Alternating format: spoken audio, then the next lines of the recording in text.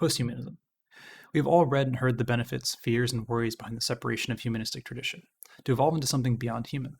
I even presented to all of you a version of the story exactly a year ago for another seminar series with Gabe's history.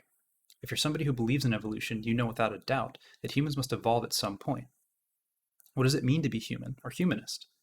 To follow and embrace emotion and Renaissance ideals about the human condition. So to be post-humanist is to leave behind those elements and become something beyond recognition within humanism. According to Wolff and his references, to be post-human is to leave the recognizable patterns and remove ourselves from the animalistic and primal natures of the human condition. Wolff continues that it is more than merely an extension of the human, that it is to move beyond the dialectic control and lack of control, meaning to be post-human is to completely understand what it is meant to not be human. How must one begin this process of post-humanization?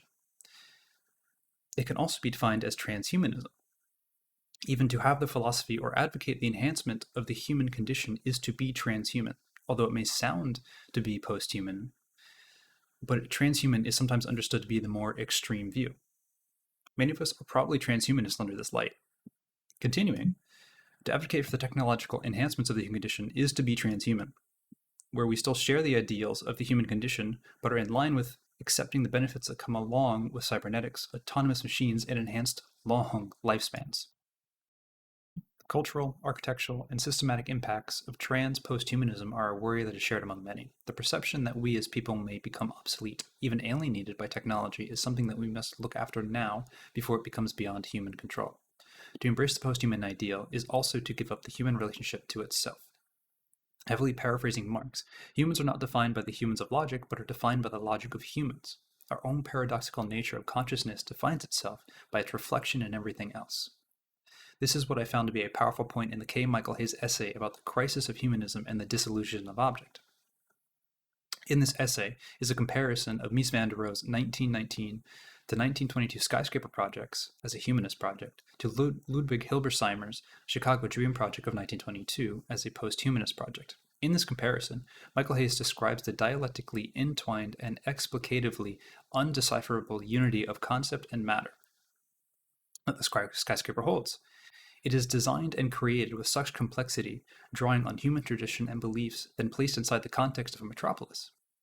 It is its reflection distorting and capturing the bleak, miserable human condition, and it feeds itself its own consciousness as we observe its reflection of ourselves. Inherently, this building could be understood and interpreted as a humanistic structure. Counter to humanistic design, taking on site context, modern culture, history, and traditions, posthumanism aims to reach a more technical, less emotional approach to design, taking on patterns and materiality that can be replicated easily for machines, autonomous production, and construction. I believe we are way closer to this post-humanist culture than we'd like to admit. In the Chicago Tribune project, it is revealing the natures of modular systems and autonomous design.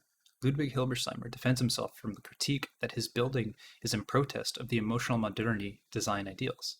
It is a way to become universal and objective in design.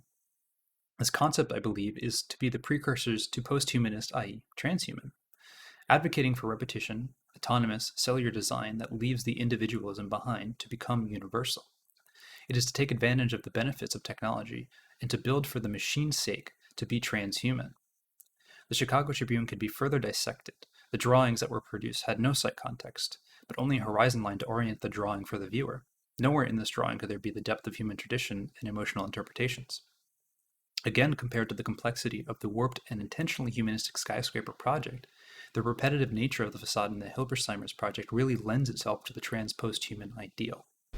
The skyscraper project creates its own self-aware consciousness, whereas the Chicago Tribune has a clearly defined mechanical rule set that it will not break for an eternity whether it becomes conscious or not.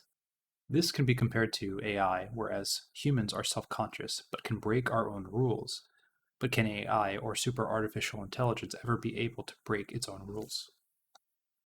Furthermore, the two buildings can also be interpreted in the way that our culture will continue to use design and architecture. According to Michael K. Hayes, this is one of the first steps where we will become post-signification, to no longer using architecture as a form of communication or representation, and to completely remove the significance of architecture. To quickly reference ancient human structures, it was purely a form of practicality. As the human developed a lexicon for art and communication, so did the human structure. It is identified in the essay that as humans are born, they are bound to die, as a species. As the humanist ideals are born, they are meant to evolve and eventually become something else, post-human. If humanism is about the emotional traditions of man, it eventually must change to something beyond. Posthumanism suggests that it will evolve into the universal object patterns of its own enhanced technological logic. As a change of pace, the focus on technological advancements in humanistic culture is jarring. As it accelerates itself further, at what point is it no longer human assisted? Not if, but when did technology alienate humans? As Marx originally brought up, but then further expanded on by Gilbert Simondon, factories and labor surrounding machinery are the origin of this alienation. As he states, the physio-psychological connection of the laborer to their tools, where the tool is an extension of the human, i.e., a hammer swing is no more than a fluid, extended motion of the arm. This relationship is important because the human is in control and connected to his labor. Once the relationship began where the laborer is now assisting the machine, it is no longer an extension of the human, promptly distorting the original relationship. Questioning Simondon, does machinery in the workplace really alienate humans? Posthuman Labor, an essay written by Jae-hee Kim, also questions such ideas, and further asks of the new relationships that the tool assisters that we now became. Does this new relationship really lead to alienation, or does it become a post-labor ideal? Continuing, Kim describes Simondon's solution to the alienation of labor, that the laborer must not fight the machine, but to evolve past labor completely. As Simondon lovingly puts it, you must abolish labor.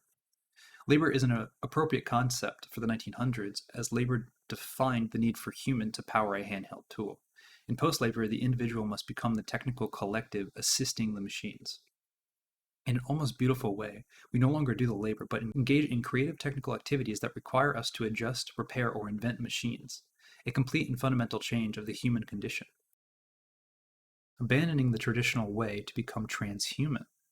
Simondon states, alienation of the human will dissolve as long as we let the machines mediate between the humans who work above and below you, creating a new conventional order in society.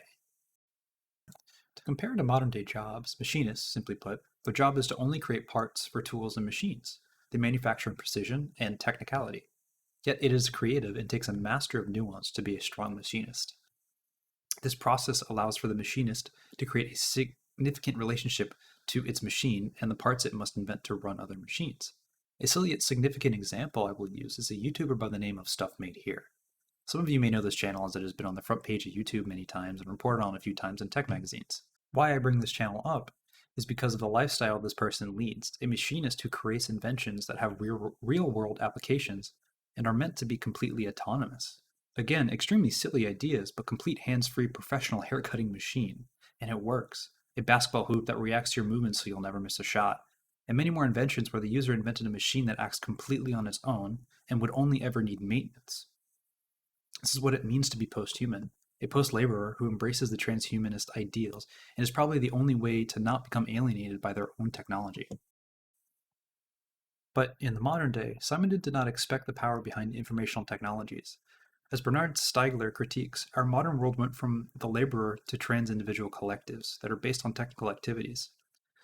Stiegler continues to describe the cultural impacts these networks have caused, a dependency on consumption leading to a lack of individualism, which results in the mental and cognitive alienation. I think this is exactly spot on. In a capitalistic world where consumerism is the most important thing, it developed a society that no longer allows for the I, but only the collective we. Brilliantly put, one is the unspecified collective, a hive mind much like an ant. This is the idea behind the alienation in posthumanism. To give up humanistic tradition is to become one with the singularity. Another aspect of posthuman is the technological advancements in the realm of cybernetic enhancements. To become symbiotic with technology is to stay connected, but at the same time, to alienate our original human self in such a dramatic gesture. Does the posthuman give up its own flesh to assist the machine so it may operate? I think the posthuman must, otherwise it will become extinct. Both Simondon and Stiegler suggest solutions, but still seem to miss the problems with post-labor issues. Jae-hee Kim continues to critique the two suggestions that a solution combining both aspects of technical culture fostered from a technical literacy and to take a step away from labor based on capital, where the labor based on capital uses machines to increase productivity and make a profit. Post-laborer must use tech to create more intimate relationships with the machine, and furthermore, the development of self, the collective we. Where the technical activity must be a means of expression and creativity, the posthuman must evolve to learn how to coexist with the machine to where it becomes about the dynamic nature of the human and the cooperation to relate to the trans-individual collective hive mind. Post-labor is suggested to be a stepping stone towards the total domination of humans and the individual. To be posthuman is to be transhuman or a trans-individual.